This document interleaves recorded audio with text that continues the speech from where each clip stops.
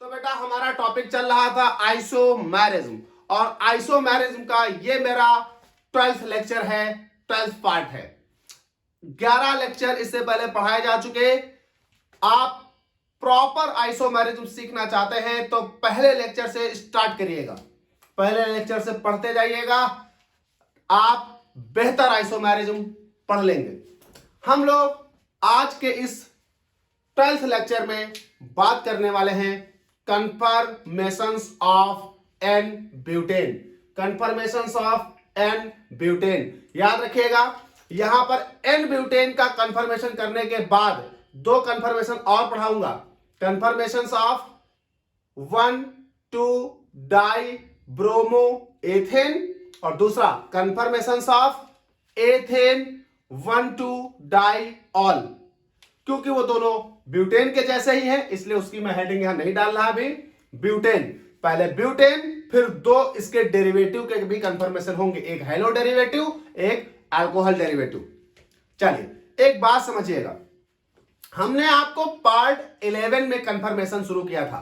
Part 11 में मैंने आपको दो कंफर्मेशन पढ़ाए हैं, एथेन का और प्रोपेन का। एथेन के कंफर्मेशन के दौरान हमने आपको तीन तरह के प्रोजेक्शन पढ़ाए थे। Projection in the sense confirmation को 3 डायमेंशनली रिप्रेजेंट करने का तरीका। तीन तरह के प्रोजेक्शन पढ़ाए थे, याद होगा, नहीं तो आप पीछे जाकर पढ़िए। साहार्स प्रोजेक्शन, फ्लाइंग विच प्रोजेक्शन और न्यूमैन प्रोजेक्शन। आपको मैंने यह भी समझाया था कि आप कन्फर्मेशंस को इन तीनों में से किसी भी प्रोजेक्शन में रिप्रेजेंट कर सकते हैं, लेकिन हमने कहा था कि बेहतर रिप्रेजेंटेशन है न्यूमैन प्रोजेक्शन। तो हम लोग न्यूमैन प्रोजेक्शन में ही कन्फर्मेशंस को रिप्रेजेंट करेंगे। एथेन के भी कन्फर्मेशंस आपको पढ़ाए थे मैंने न्यूमैन में, और ब्यूटेन एंड सो ऑन जो भी इस तरह के ओपन चेन कंपाउंड है उनके हम कन्फर्मेशंस काहे में पढ़ेंगे, न्यूमैन प्रोजेक्शन में। अच्छा, हम लोग आज बात करने वाले हैं कन्फर्मेशंस ऑफ एन ब्यूटेन की। तो आप एक बात समझिए और शुरू करते हैं।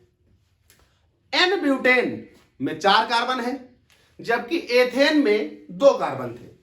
तो जो एथेन में 2 कार्बन थे ऐसे रिप्रेजेंट किया था एथेन को, जरा गौर करिएगा।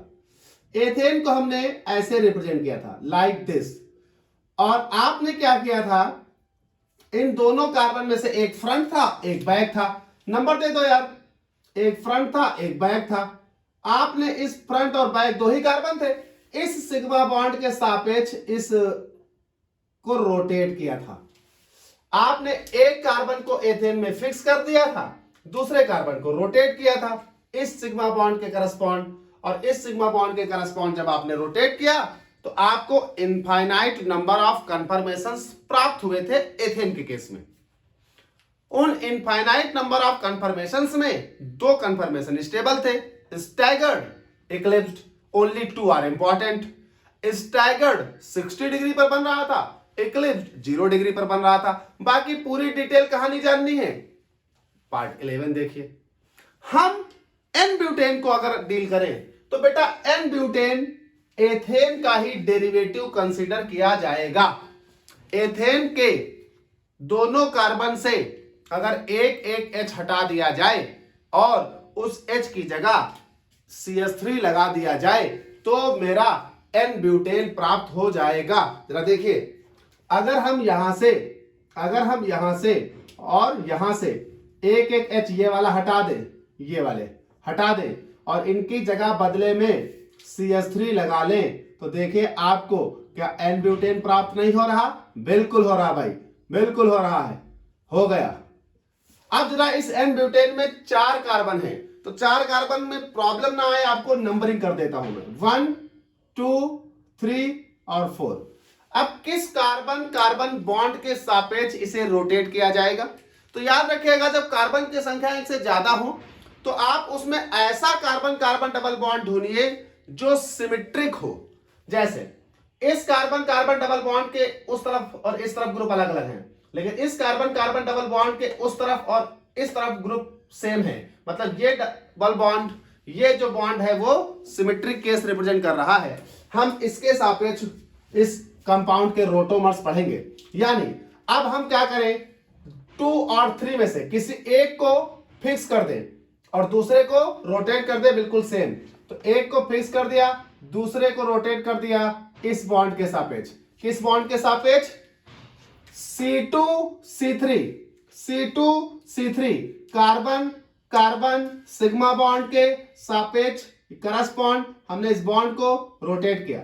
जब हम इस बॉन्ड को रोटेट करेंगे तो बेटा कितने भी डिग्री पर आप रोटेट कर सकते हो। इसको मैंने बंद किया, इसको मैं रोटेट कर रहा हूं अलग अलग डिग्रीज पर, बहुत सारे कन्फर्मेशंस आएंगे। एथेन वाले केस में भी मैंने कहा था कि इनफाइनाइट नंबर ऑफ कन्फर्मेशंस आते हैं, इनफाइनाइट नंबर ऑफ कन्फर्मेशंस आते हैं, नंबर ऑफ कन्फर्मेशंस बनते हैं, कन्फर्मेशंस बनते हैं। लेकिन सभी infinite number of conformations stable नहीं होते, कंसीडर नहीं किए जाते। उसमें से कुछ ही कन्फर्मेशंस कंसीडर्ड किए जाते हैं जो हमें मोर स्टेबिलिटी दिखा रहे हो, जैसे एथेन के केस में अगर हम कंसीडर करें तो एथेन के केस में सिर्फ 2 ही कन्फर्मेशंस कंसीडर किए गए थे, eclipsed staggered. Eclipsed 0 degree, staggered 60 degree. वैसे ही अगर हम यहां इनफाइनाइट नंबर ऑफ कन्फर्मेशंस की बात करें तो इस इनफाइनाइट नंबर ऑफ कन्फर्मेशंस में सिर्फ 6 ही कन्फर्मेशंस कंसीडर किए जाएंगे।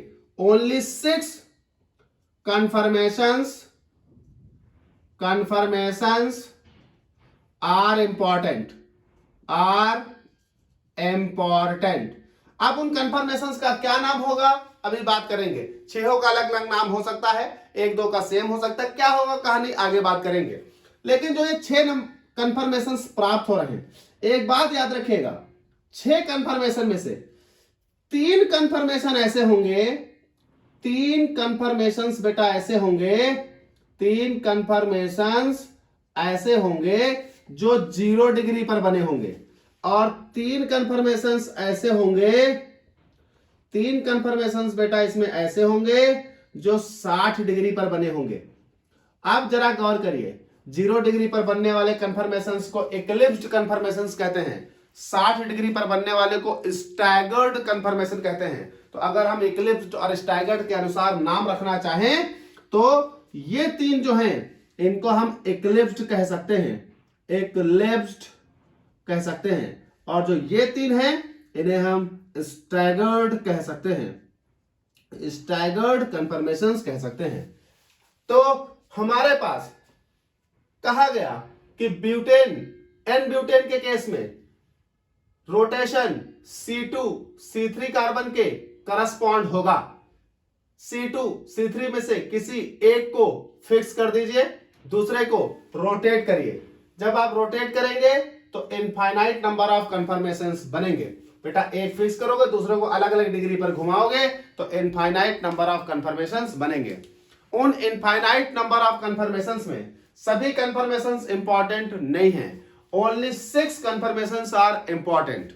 These are formed at 0 degree और 60 डिग्री। 0 डिग्री पर कितने हैं? 3। 60 डिग्री पर कितने हैं? 3। 0 डिग्री पर बनने वाले इक्लिप्स्ड कहलाएंगे, 60 डिग्री पर बनने वाले स्टैगर्ड कहलाएंगे। हालांकि एन ब्यूटेन के केस में कुछ नए नाम दिए जाएंगे। चलिए, तो यहां पर डायाहेड्रल एंगल 0 है, यहां डायाहेड्रल एंगल 60 है। अब समझिए, हम जरा इनके कन्फर्मेशंस बनाकर देखते हैं। तो जैसे बेटा एथेन के बनाए थे वैसे ही बनाएंगे। देखिए, फ्रंट कार्बन न्यूमैन प्रोजेक्शन में अगर हम बनाएं तो फ्रंट कार्बन डॉट होता है और बैक कार्बन सर्किल होता है। न्यूमैन प्रोजेक्शन कहता था कि दोनों कार्बन एक दूसरे के ऊपर बनाओ, front carbon dot, back carbon circle. चलिए, हम यहां फ्रंट कार्बन पर देखें, मान लीजिए ये C2 कार्बन है, तो फ्रंट कार्बन पर देखें तो 2 हाइड्रोजन 1 CH3। तो पहले मैं लगा देता हूं, ये देखिए 1 CH3 और 2 हाइड्रोजन, ये हो गया फ्रंट कार्बन। अब बेटा बैक कार्बन पर देखिए, उस पर भी 2H 1 CH3, तो बैक कार्बन पर भी 2H 1 CH3। अब बैक कार्बन इसके पीछे है, दिखेगा नहीं, थोड़ा मैं यहां साइड में बनाता हूं, ये लाइक दिस। तो ये हो गया CH3, ये हो गया H और ये हो गया H। अब देखिए, इनके बीच का एंगल 0 डिग्री होगा। याद रखिएगा, इसके जस्ट पीछे है। मैं व्हाइट बोर्ड पर पीछे बनाऊंगा तो दिखेगा नहीं, तो इसके जस्ट पीछे थोड़ा साइड में बनाया है। ये हो गया मेरा 0 डिग्री पर, ये हो गया मेरा 0 डिग्री पर। चलिए हम इसे 60 डिग्री रोटेट कर देते हैं, हम इसे 60 डिग्री रोटेट कर देते हैं। जरा गौर करिएगा, ये पूरा एंगल यहां से यहां तक 120 का है। 60 रोटेट करते हैं, ये बिल्कुल मिड में आ जाएगा। चलिए हम एक को फिक्स कर लेते हैं और दूसरे को रोटेट कर देते हैं। एक को फिक्स कर लेते हैं, दूसरे को रोटेट कर देते हैं। मान लीजिए फ्रंट वाले को फिक्स कर दो, बैक वाले को रोटेट, बैक वाले को फिक्स, फ्रंट वाले को रोटेट एज ऑलवेज। तो हम क्या करते हैं, फ्रंट वाले को कर दिया फिक्स, ये लीजिए, बैक वाले को रोटेट। तो ये हो गया front, this like CS3 H H। Back वाला रोटेट करके 60 डिग्री पर लाएंगे तो ये यहां आ जाएगा CS3, यहां आ जाएगा H और ये यहां आ जाएगा CS3। ये बेटा 60 डिग्री पर बन गया 60 डिग्री घुमाने पर। फिर अगला हम और रोटेट करें तो फिर से रोटेट करने पर ये CS3 यहां आ जाएगा, क्योंकि एक बार घुमाया 0 से 60, फिर 60 से और घुमाएंगे 120 यहां। तो ये मेरे पास हो गया फ्रंट कार्बन। इस पर कोई चेंज नहीं आना क्योंकि हम बैक कार्बन को रोटेट कर रहे हैं। तो ये हो गया सेम, ये हो गया बैक कार्बन का सर्किल। हम जैसे ही रोटेट करेंगे तो फ्रंट कार्बन इसके जस्ट ऊपर ये केस और बैक कार्बन जस्ट नीचे, तो ये बन जाएगा 120 डिग्री पर। फिर हम 60 डिग्री रोटेट कर दें। जैसे ही हम फिर 60 डिग्री रोटेट करेंगे, बड़ा ध्यान से देखिएगा, अभी कुछ कहानी है इसमें। फिर हम 60 डिग्री रोटेट करेंगे बेटा, फिर हम 60 डिग्री रोटेट करेंगे तो ये यहां आ जाएगा। क्यों, कहां, क्योंकि 0 पर बना है, 60 पर घूमते ही बीच में, क्योंकि ये पूरा एंगल 60 का है, ये 0 पर बना है, ये 120, ये पूरा, तो बीच में आ जाएगा। तो ये हो जाएगा फ्रंट कार्बन दिस, ये हो गया CS3, ये हो गया H, ये हो गया बेटा H, ये हो गया सर्किल, यहां आ जाएगा CS3, यहां आ जाएगा H, यहां आ जाएगा CS3। फिर बेटा हम 60 डिग्री घुमाएंगे, 60 डिग्री, ये होता 120 से 60 डिग्री घुमाया तो ये 180 पर बन गया बेटा। फिर हम 60 डिग्री घुमाएंगे, ये इनको फिर 0 पर, फिर ये 0 पर, फिर ये 0 पर, तो ये मेरे पास आ जाएगा दिस केस, दिस। तो ये मेरे पास फिर से और लैप कर जाएंगे एक दूसरे को, फ्रंट और बैक कार्बन, कुछ इस तरह से। ये देखिए यहां, तो ये आ गया बेटा CS3, ये आ गया H, ये आ गया H। ये मेरे पास बन गया बेटा 240 पर, 180 प्लस 60। फिर एक बार घुमा दीजिए, फिर एक बार घुमाते ही 300 डिग्री, ये हो गया फ्रंट कार्बन, ये हो गया बेटा CS3, ये हो गया H, ये हो गया H, ये हो गया सर्किल, और ये हो गया मेरे पास दिस, दिस। तो ये CS3 यहां, ये आ जाएगा H, ये आ जाएगा H, ये बन गया बेटा 300 डिग्री पर। जरा गौर करिएगा, जैसे ही आप इसे एक बार और रोटेट करोगे तुरंत ओरिजिनल पोजीशन में आ जाएगा। इसको रोटेट करते ही ओरिजिनल आ जाएगा, मतलब वो दोनों पहला और लास्ट एक हो जाएगा, तो ये सेम है। तो 1 2 3 4 5 और 6 कन्फर्मेशंस बने हैं। 6 कन्फर्मेशंस में से जो 0 डिग्री पर बने हैं वो इक्लिप्स्ड हैं। तो पहले जरा 0 डिग्री वाले पर देखें, इक्लिप्स्ड। ये बेटा 0 डिग्री पर है, इक्लिप्स्ड। ये भी 0 डिग्री पर है, इक्लिप्स्ड। ये भी 0 डिग्री पर है, इक्लिप्स्ड। लेकिन जरा गौर करिएगा, इस 0 डिग्री में और इस 0 डिग्री में एक फर्क है। जरा मैं इसे एक सर्किल करके दिखाता हूं। ये देखिए, ये CS3 और ये CS3 इस 0 डिग्री में एक दूसरे के ऊपर हैं, लेकिन इस 0 डिग्री में ये CS3 और ये CS3 एक दूसरे से 120 के एंगल पर हैं। तो बेटा बैक कार्बन फ्रंट कार्बन के ऊपर जरूर है, लेकिन CS3 एक दूसरे से दूर है। इसमें बैक कार्बन फ्रंट कार्बन पर है तो जरूर, लेकिन CS3 वाले का बॉन्ड जो है एक दूसरे से दूर है। यानी इक्लिप्स्ड ये भी है, इक्लिप्स्ड ये भी है, इक्लिप्स्ड ये भी है। लेकिन यहां इक्लिप्स्ड में H के ऊपर H, CS3 के ऊपर CS3, यहां इक्लिप्स्ड में H के ऊपर CS3, CS3 के ऊपर H का केस है। तो हम इसे कहते हैं इक्लिप्स्ड। कैसा eclipsed? Fully eclipsed. Fully eclipsed. तो बेटा इसका देखिए नाम हो गया फुल्ली इक्लिप्स्ड। हमने आपसे अभी यही कहा था कि जो 6 नाम आएंगे वो थोड़ा अलग होंगे, इक्लिप्स्ड स्टैगर से हटकर लिखे जाएंगे। बेटा ये भी इक्लिप्स्ड, लेकिन हम इसे बोलेंगे partially eclipsed. Partially eclipsed, eclipsed. और बेटा ये भी क्या हुआ, पार्शियली इक्लिप्स्ड, पार्शियली इक्लिप्स्ड। चलिए भाई, अब 3 बन रहे हैं 60 डिग्री पर, 1 2 3 बन रहे हैं 60 डिग्री पर।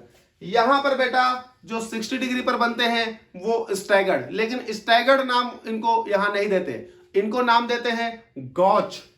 तो ये बेटा है गॉच फॉर्म, ये बेटा है गॉच और ये है गॉच। लेकिन तीनों में जरा अंतर समझिएगा। अंतर यह है कि यहां पर 60 डिग्री का एंगल है और CH3 के बीच भी 60 का है। यहां 60 डिग्री का एंगल है बॉन्ड के बीच और CH3 के बीच भी 60 का है। तो ये दोनों सेम है। These are called gauche. लेकिन इसे समझिएगा, यहां 60 डिग्री का एंगल बॉन्ड में तो है, लेकिन CH3 और CH3 के बीच एंगल 180 का है। It is not gauche. इसको हम कहते हैं एंटी फॉर्म या ट्रांसफॉर्म। तो ये मेरे पास यहां कहलाएगा एंटी फॉर्म।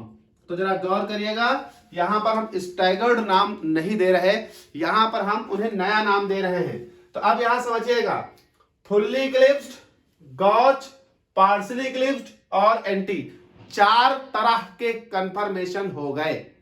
टोटल 6 थे, 6 में से fully eclipsed, gauche, partially eclipsed, anti, क्योंकि ये पार्शियली इक्लिप्स्ड तो पार्शियली इक्लिप्स्ड सेम हो गया, गॉच सेम हो गया।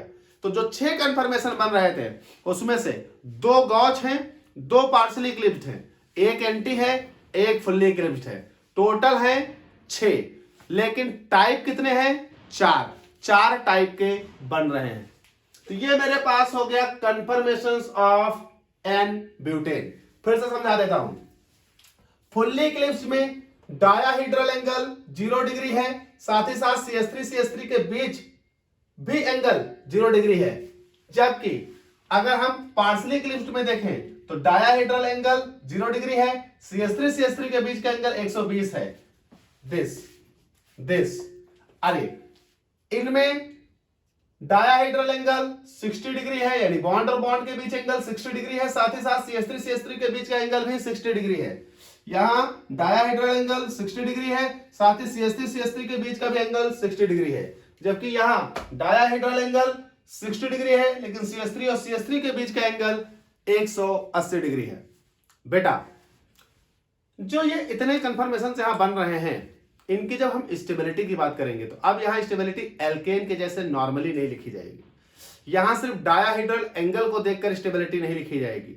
यहां डायाहीड्रल एंगल के साथ साथ जो ये मेथिल ग्रुप है ना, ये भी स्टेबिलिटी को प्रभावित करेगा, क्योंकि मेथिल ग्रुप बल्की ग्रुप है। अगर मेथिल ग्रुप साथ में है तो स्टीरिक हिंड्रेंस कॉज करेंगे। तो यहां पर डायाहीड्रल एंगल यानी इलेक्ट्रॉन रिपल्सन के साथ साथ स्टीरिक हिंड्रेंस का भी ध्यान रखना होगा स्टेबिलिटी को कंसीडर करने के लिए। तो बेटा ये हो गए कंफर्मेशंस। बात करते हैं हम इनमें से कौन स्टेबल, कौन अनस्टेबल, कौन कितना ज्यादा स्टेबल, यानी स्टेबिलिटी ऑर्डर का, और साथ ही साथ एनर्जी के डायग्राम का।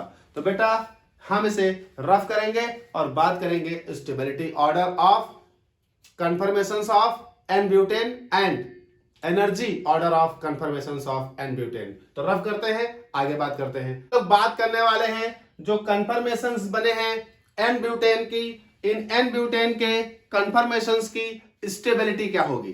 बेटा पूरा नहीं रफ किया है क्योंकि इन स्ट्रक्चर्स की भी मुझे आवश्यकता पड़ेगी स्टेबिलिटी को समझने के लिए, इसलिए थोड़ा यहां रफ कर दिया। इसमें मैं आपको स्टेबिलिटी समझाता हूं पहले, फिर आगे बात करते हैं। तो हमने यहां पर मेंशन कर दिया स्टेबिलिटी। जरा आप एक बात का गौर करिएगा, यहां पर पहला, तीसरा और पांचवा जो है वो 0 डिग्री पर बना है, इक्लिप्स्ड को रिप्रेजेंट कर रहा है। ये केस है पहले का, पांचवे का और तीसरे का, जबकि दूसरा, चौथा और छठा स्टैगर्ड को रिप्रेजेंट कर रहा है। ये केस है। अब इन दोनों में जरा एक बात समझिए, पहले हम इन दोनों में देखें कि कौन ज्यादा स्टेबल है, मतलब 60 डिग्री वाले ज्यादा स्टेबल हैं या 0 डिग्री वाले ज्यादा स्टेबल हैं। हालांकि मैं आपको ये पूरी कहानी एथेन में पढ़ा चुका हूं, पर मैं फिर से बताता हूं। देखिए यहां पर एंगल इनके बीच 0 डिग्री है।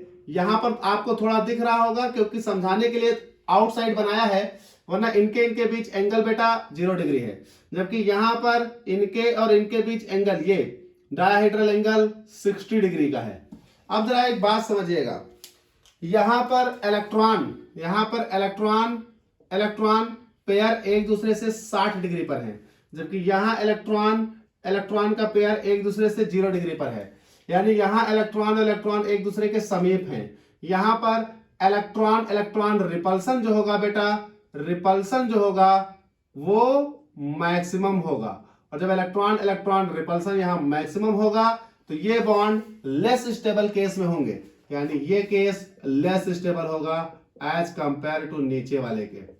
यहां इलेक्ट्रॉन मैक्सिमम दूरी पर है। अब इससे ज्यादा दूर नहीं जा सकते बेटा, 120 का ही तो एंगल था, बीच में आए 60 पर, तो ये हो गया इलेक्ट्रॉन रिपल्सन। यहां पर इलेक्ट्रॉन रिपल्सन जो है बेटा वो मिनिमम होगा सभी पॉसिबल में, तो यहां हो जाएगा मिनिमम।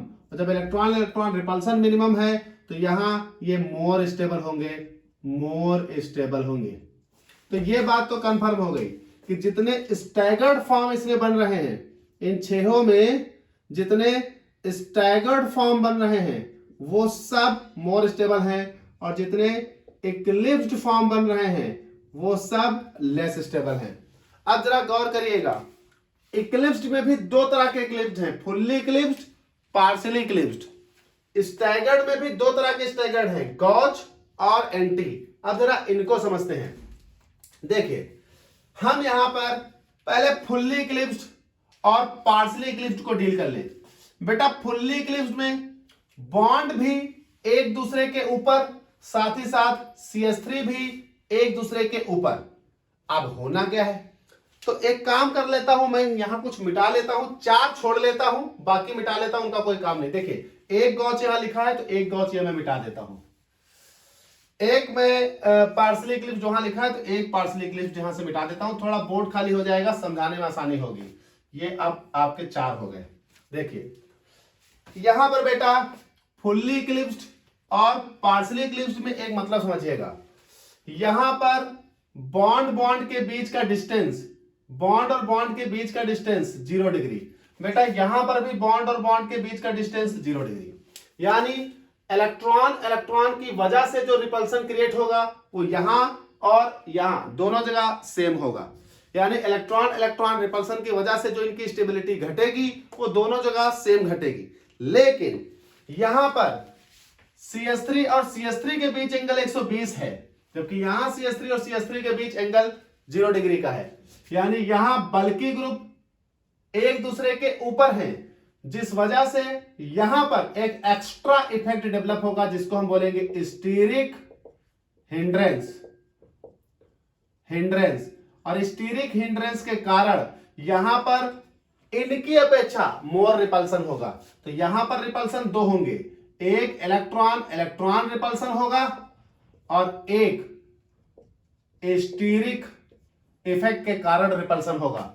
यानी इनकी अपेक्षा, जबकि यहां सिर्फ इलेक्ट्रॉन रिपल्सन है, यानी इनकी अपेक्षा इस वाले में यानी फुल्ली इक्लिप्स्ड में रिपल्सन ज्यादा है। यानी इन दोनों को अगर हम कंपेयर करें, इन दोनों को, तो बेटा जो फुल्ली इक्लिप्स्ड है, देखिए F मतलब फुल्ली, इक्लिप्स्ड मतलब E। फुल्ली इक्लिप्स्ड जो है वो इक्लिप्स्ड, जो पार्शियली इक्लिप्स्ड है PE, पार्शियली इक्लिप्स्ड है उनसे ज्यादा रिपल्सन रख रहे हैं, यानी इनमें रिपल्सन ज्यादा है। तो फुल्ली इक्लिप्स्ड में बेटा रिपल्सन ज्यादा है, किससे? पार्शियली इक्लिप्स्ड से। और बेटा जब इनमें रिपल्सन ज्यादा है तो जाहिर सी बात है ये लेस स्टेबल होंगे, किससे? इनसे। ये क्या होंगे? मोर स्टेबल होंगे। अगर इन दोनों को कंपेयर करें तो ये लेस स्टेबल हैं, ये मोर स्टेबल हैं। यानी यहां पर स्टेबिलिटी का ऑर्डर तुम्हें क्या प्राप्त हो रहा है, यहां स्टेबिलिटी का ऑर्डर प्राप्त हो रहा है कि partially eclipsed more stable then fully eclipsed. Partially eclipsed is more stable then fully eclipsed. चलिए इन दोनों को जरा कंपेयर करिए एंटी और गॉच में। बेटा यहां पर इलेक्ट्रॉन के बीच का एंगल यहां पर 60 डिग्री है। बेटा यहां पर भी इलेक्ट्रॉन के बीच का रिपल्सन 60 डिग्री है। मतलब यहां पर इलेक्ट्रॉन रिपल्सन और यहां पर इलेक्ट्रॉन रिपल्सन दोनों जगह सेम है, तो बात ही खत्म हो गई। लेकिन जरा यहां गौर करिए, यहां पर CH3 और CH3 के बीच का एंगल 60 है, जबकि यहां पर CH3 और CH3 के बीच का एंगल 180 है। तो यहां पर CH3 और CH3 के बीच स्टीरिक हिंड्रेंस इसकी अपेक्षा ज्यादा होगा, यहां पर स्टीरिक हिंड्रेंस ना के बराबर, क्योंकि 180 मैक्सिमम दूरी पर हैं। तो बेटा सेम यहां दो तरह के रिपल्सन काम करेंगे, इलेक्ट्रॉन और स्टीरिक, जबकि यहां एक ही रिपल्सन काम करेगा, इलेक्ट्रॉन और इलेक्ट्रॉन। यानी जो ये है, यानी जो गॉच फॉर्म है, इस गॉच फॉर्म में मोर रिपल्सन है as compare to eclipse form में। यहां मेरे पास as compare to anti form में यहां मेरे पास लेस रिपल्सन है। और जब बेटा यहां लेस रिपल्सन है, यहां मोर रिपल्सन है, तो मोर रिपल्सन मतलब लेस स्टेबल और लेस रिपल्सन मतलब मोर स्टेबल। तो आप यहां भी समझ गए कि आपको क्या प्राप्त हुआ कि अगर यहां से हम देखें तो यहां से गॉच फॉर्म से ज्यादा स्टेबल है कौन, एंटी फॉर्म। तो एक बात यहां से आपको प्राप्त हो गई। आप समझिए हम यहां पहले ही बोल चुके हैं क्या कि स्टैगर्ड फॉर्म मोर स्टेबल है इक्लिप्स्ड के। तो ये दोनों स्टैगर्ड हैं, ये दोनों इक्लिप्स्ड हैं। इन दोनों में ये दोनों इस ऑर्डर में, इन दोनों में ये दोनों इस ऑर्डर में, तो नेट ऑर्डर क्या बनेगा, तो ये हो जाएगा स्टेबिलिटी ऑर्डर इन सभी का। तो देखिए ये दोनों उनसे तो ज्यादा स्टेबल होंगे, तो ये सबसे पहले एंटी, ये आएगा एंटी, फिर गॉच, फिर बेटा पार्शली इक्लिप्स्ड, ये पी इक्लिप्स्ड,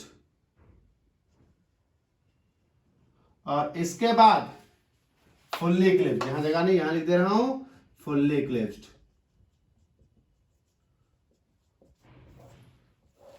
तो ये आपका स्टेबिलिटी का ऑर्डर होगा। सबसे ज्यादा स्टेबल होगा एन ब्यूटेन के केस में एंटी, उसके बाद गॉच, उसके बाद पार्शली इक्लिप्स्ड, और सबसे लेस स्टेबल होगा फुल्ली इक्लिप्स्ड। अच्छा, जो स्टेबिलिटी का ऑर्डर है उसी का उल्टा होगा एनर्जी का ऑर्डर, क्योंकि जो सबसे लेस स्टेबल है वो सबसे ज्यादा एनर्जी रखेगा। तो बात करते हैं एनर्जी का ऑर्डर क्या है। अब मैं पूरा बोर्ड रफ करता हूं और बात करते हैं एनर्जी का ऑर्डर। इस बात को ध्यान रखना, anti, gauche, partially eclipsed, fully eclipsed, stability order this. सबसे ज्यादा एंटी स्टेबल, फिर गॉच, फिर पार्शली इक्लिप्स्ड, फिर फुल्ली इक्लिप्स्ड। चलिए इसको रफ करते हैं, बात करते हैं एनर्जी। चलिए भाई, तो हम लोग बात करते हैं relatively stability of n butane की विद देयर एनर्जी। लेकिन आप दो बातें ध्यान रखिएगा, दिमाग में बैठाए रहिएगा। पहले जब हमने रोटेशन किया था तो याद करिए सबसे पहला मेरा जो कन्फर्मर्स था एन ब्यूटेन का, वो था बेटा फुल्ली इक्लिप्स्ड। कितने डिग्री पर, 0 डिग्री पर। इसे जब मैंने रोटेट किया था तो फुल्ली इक्लिप्स्ड बना था गॉचे। गॉचे से जब मैंने रोटेट किया था तो बना था पार्शली इक्लिप्स्ड। पार्शली इक्लिप्स्ड से जब मैंने रोटेट किया था तो बना था एंटी। एंटी से जब मैंने रोटेट किया था तो बना था गॉचे। नहीं, एंटी से जब मैंने किया था तो बना था पार्शली इक्लिप्स्ड। पार्शली इक्लिप्स्ड से जब किया तो बना था गॉचे। अगर एंगल देख ले तो फुल्ली इक्लिप्स्ड 0 डिग्री पर बना था, ये भाई साहब 60 डिग्री पर बने थे, फिर ये 120 डिग्री पर बने थे, फिर ये 180 डिग्री पर बने थे, फिर ये 240 डिग्री पर बने थे, फिर ये 300 डिग्री पर बने थे। अभी इससे पहले जब मिटा चुका हूं, ये फिगर बना था, आप मिला ले। चलिए एक बात, दूसरी बात आपको और याद रखनी होगी स्टेबिलिटी का। जो स्टेबिलिटी का ऑर्डर था वो क्या आया था अभी, एंटी सबसे ज्यादा स्टेबल, फिर भाई साहब गॉज, फिर पार्सली इक्लिप्स्ड और फिर फुल्ली इक्लिप्स्ड। चलिए, तो जो स्टेबिलिटी का ऑर्डर होता है उसका उल्टा होता है एनर्जी का ऑर्डर। तो ये एनर्जी का ऑर्डर बनाइए, तो एनर्जी का ऑर्डर एंटी सबसे कम, फिर गॉज उससे ज्यादा, फिर पार्सली इक्लिप्स्ड उससे ज्यादा, भैया फुल्ली इक्लिप्स्ड उससे ज्यादा। चलिए अब बना लेते हैं यहां पर ग्राफ, बन देखिए ग्राफ, बहुत आसानी से समझा दूंगा, बहुत तेजी से समझ जाओगे आप बहुत अच्छे से। मान लीजिए ये एक लेबल डाल लेता हूं, मान लेता हूं यहां पर जीरो पोटेंशियल एनर्जी होगी, ये मान लिया जीरो, ये आपका लेवल बन गया potential energy.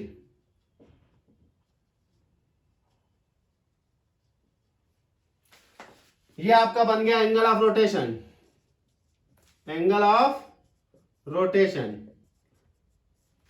Angle of rotation मान लेते हैं, मान लेता हूं ये 0 डिग्री, मान लो इस पॉइंट पर 60 डिग्री, मान लीजिए इस पॉइंट पर 120, ये वाला पॉइंट 180, ये वाला पॉइंट 240, ये वाला पॉइंट 300। अब जरा गौर करिए, सबसे कम एनर्जी किसकी, एनटी की।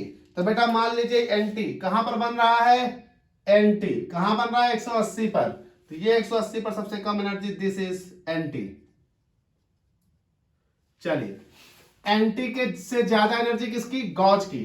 बेटा गॉज ढूंढिए कहां बन रहे हैं, 60 पर और 300 पर, दोनों भाई, ये 60, ये लो यहां, एंटी से थोड़ा ज्यादा एनर्जी तो थोड़ा ज्यादा यहां रख दिया, ये लो। अब 300 पर भी गॉज है थोड़ा ज्यादा यहां, लेकिन याद रखिएगा ये दोनों सेम एनर्जी पर आएंगे।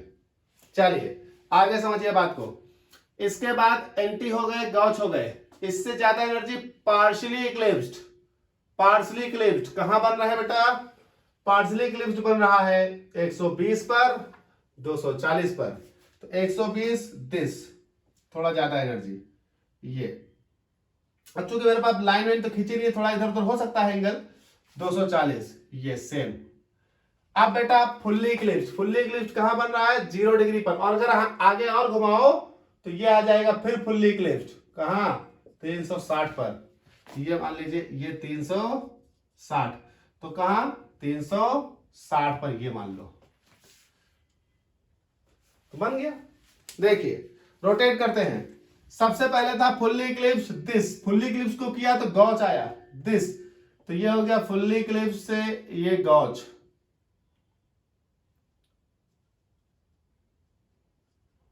ये हो गया फुल्ली इक्लिप्स्ड। फिर गॉज से आपने जब रोटेट किया तो गए पार्शियली इक्लिप्स्ड में, दिस, पार्शियली इक्लिप्स्ड से एंटी, तो दिस, ये हो गया पार्शियली इक्लिप्स्ड, यही लिख देता हूं पार्शियली इक्लिप्स्ड, पार्शियली इक्लिप्स्ड, ये हो गया बेटा गॉज, ये हो गया फुल्ली इक्लिप्स्ड।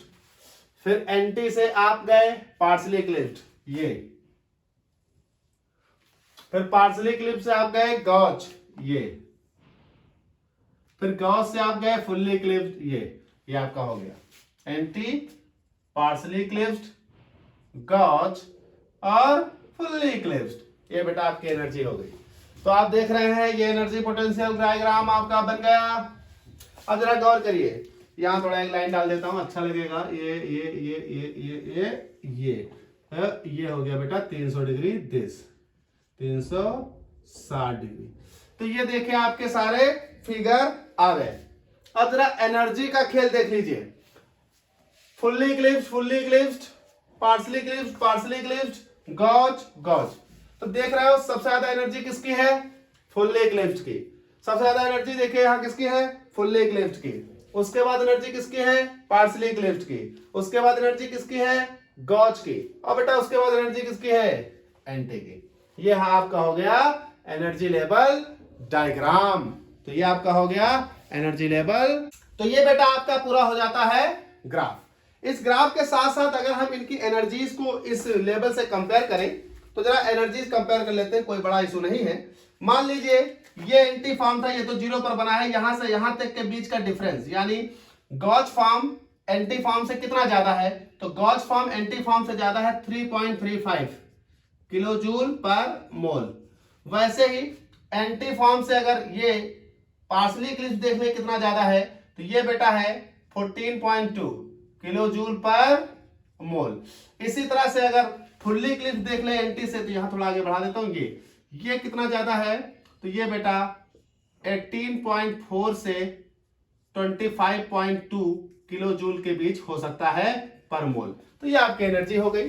अब अगर आपको गॉच और इनके बीच निकालना है कितना एनर्जी का डिफरेंस है, तो जरा ये देखो, ये और ये यहां से बेटा यहां तक 14.2 है, 14.2, यहां से यहां 3.35, तो घटा देना इससे इसको, इनके बीच का डिफरेंस आ जाएगा। वैसे इनसे तो आपका ये बैरियर पता, ये देखिए ये पता, और ये देखिए ये पता। तो अगर इनके बीच का डिफरेंस निकालना हो, तो फुल्ली इक्लिप्स्ड और पार्सली इक्लिप्स्ड के बीच का डिफरेंस, तो इनमें से इसको हटा देना, इनके बीच का डिफरेंस, तो इनमें से इसको हटा देना, तो ये आपकी हो जाएगी एनर्जी। तो बेटा कन्फर्मेशंस ऑफ एन ब्यूटेन हो गया। अब यहां एक बात आती है कि एंटी फॉर्म मोर स्टेबल, फिर गॉच, फिर पार्सली इक्लिप्स्ड, फिर फुल्ली इक्लिप्स्ड, हमेशा यही ऑर्डर बना रहेगा? कहा गया नहीं। अगर कभी एन ब्यूटेन के ऐसे डेरिवेटिव आए जिनमें हाइड्रोजन बॉन्ड बन रहा होगा, तो वहां पर थोड़ा अंतर आएगा। अब मैं जरा हाइड्रोजन बॉन्ड वाले भी दो मॉलिक्यूल्स ले लेता हूं, एक हाइड्रोजन बॉन्ड, एक बिना hydrogen bond, and so on.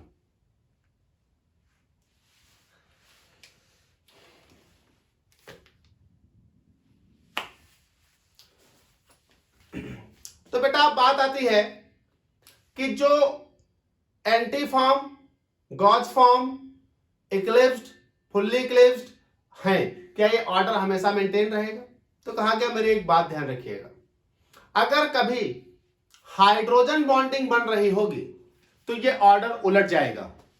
इस ऑर्डर में परिवर्तन यह हो जाएगा कि गॉच फॉर्म ज्यादा स्टेबल हो जाएगा एंटी से।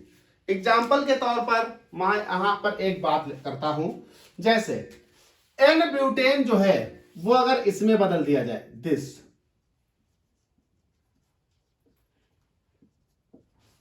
अगर ये बदल दिया जाए, तो ये देखिए आपके पास क्या हो गया, एथेन 1,2 डाइऑल हो गया। वैसे ही अगर हम इसको मान लीजिए इसमें बदल दें एन ब्यूटेन को, ये देखिए वैसे ही हो गए ग्रुप। ये तुम्हारे पास क्या हो गया, ये 1,2 डाई ब्रोमो एथेन हो गया। अब जरा इन दोनों में गौर करिएगा, यहां पर जब हम कन्फर्मेशंस बनाएंगे और यहां पर जब हम कन्फर्मेशंस बनाएंगे, तो बेटा जैसे एन ब्यूटेन के भी कन्फर्मेशंस बनाए थे बस सेम वैसे बनेंगे। जहां पर CH3 थे वहां पर अब क्या होंगे, OH। इस वाले केस में जहां CH3 थे बेटा वहां क्या हो जाएगा, Br। सब कुछ सेम होगा, सेम कन्फर्मेशंस बनेंगे सब। लेकिन एक बात याद रखिएगा, जब ये वाला केस आएगा 1,2 डाइब्रोमो एथेन, तो इसमें और एन ब्यूटेन में कोई फर्क नहीं आएगा क्योंकि Br हाइड्रोजन बॉन्ड नहीं बनाता। लेकिन जब ये वाला केस आएगा तो यहां बेटा और ब्यूटेन में फर्क आएगा। फर्क ये होगा क्योंकि OH हाइड्रोजन बॉन्ड बनाता है। तो जो हाइड्रोजन बॉन्ड बनाता है, हम एक बात लिखे दे रहा हूं, जब हाइड्रोजन बॉन्ड बनेगा, व्हेन हाइड्रोजन बॉन्ड फॉर्म्ड,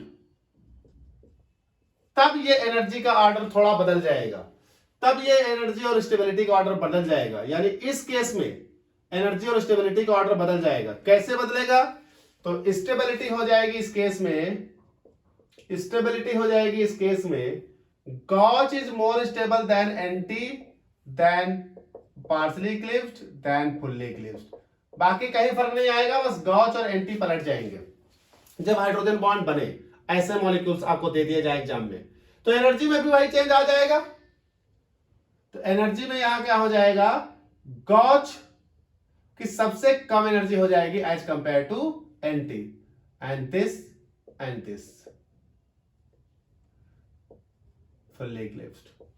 तो ये एंटी जो है वो गॉच की जगह पे आ जाएगा, ग्राफ इस जगह पे, और ये दोनों ग्राफ नीचे छूने लगेंगे, उससे कोई फर्क नहीं पड़ेगा। जब हाइड्रोजन बॉन्ड बनेगा तो ये देखिए, अब मैं थोड़ा इसी में बना देता हूं, इसी के साथ हाइड्रोजन बॉन्ड बनेगा तो ये गॉस फॉर्म यहां आ जाता, ये यहां से छू के जाता और ये भी यहां से छू कर जाता और ये भाई साहब यहीं आके लटक जाते, ये ऐसे लौट जाते। ये का ब्लैक वाला ग्राफ कब आएगा? ब्लैक वाला ग्राफ तब आएगा जब हाइड्रोजन बॉन्ड बनेगा। ये देखिए, और कोई फर्क नहीं पड़ा, इन पर कोई फर्क पड़ना नहीं, पार्सली इक्लिप्स फुल्ली इक्लिप्स पर। तो ये बस थोड़ा फर्क पड़ना है, ये थोड़ा ऊपर हो जाएगा, ये थोड़ा नीचे। लेकिन ये कब? जब हाइड्रोजन बॉन्ड बने। तो जो ब्यूटेन के कंफर्मेशन थे वही कंफर्मेशन इनके भी हैं, 1 dibromoethane, ethane 1 diol and so on, जो भी आए। लेकिन इनमें हाइड्रोजन बॉन्ड नहीं बन रहा, तो ये वही वाले बिल्कुल एग्जैक्ट शो कर रहे हैं जो ब्यूटेन के हैं, लेकिन इनमें हाइड्रोजन बॉन्ड बन रहा है। तो एक बात यहां ध्यान देनी होती है सबको कि अगर हाइड्रोजन बॉन्ड बनेगा तो कंफर्मेशंस की एनर्जीज में थोड़ा चेंज आ जाएगा, गॉस फॉर्म मोर स्टेबल हो जाएगा, क्योंकि गॉस फॉर्म के दो OH आपस में हाइड्रोजन बॉन्ड बना के उन्हें स्टेबलाइज कर देते हैं। बाकी सब सेम। तो नेक्स्ट अगले है वीडियो में हम लोग बात करेंगे confirmations of cyclobutane, most important part 13 में कंफर्मेशंस ऑफ साइक्लोब्यूटेन हम बात करेंगे पार्ट 13 में।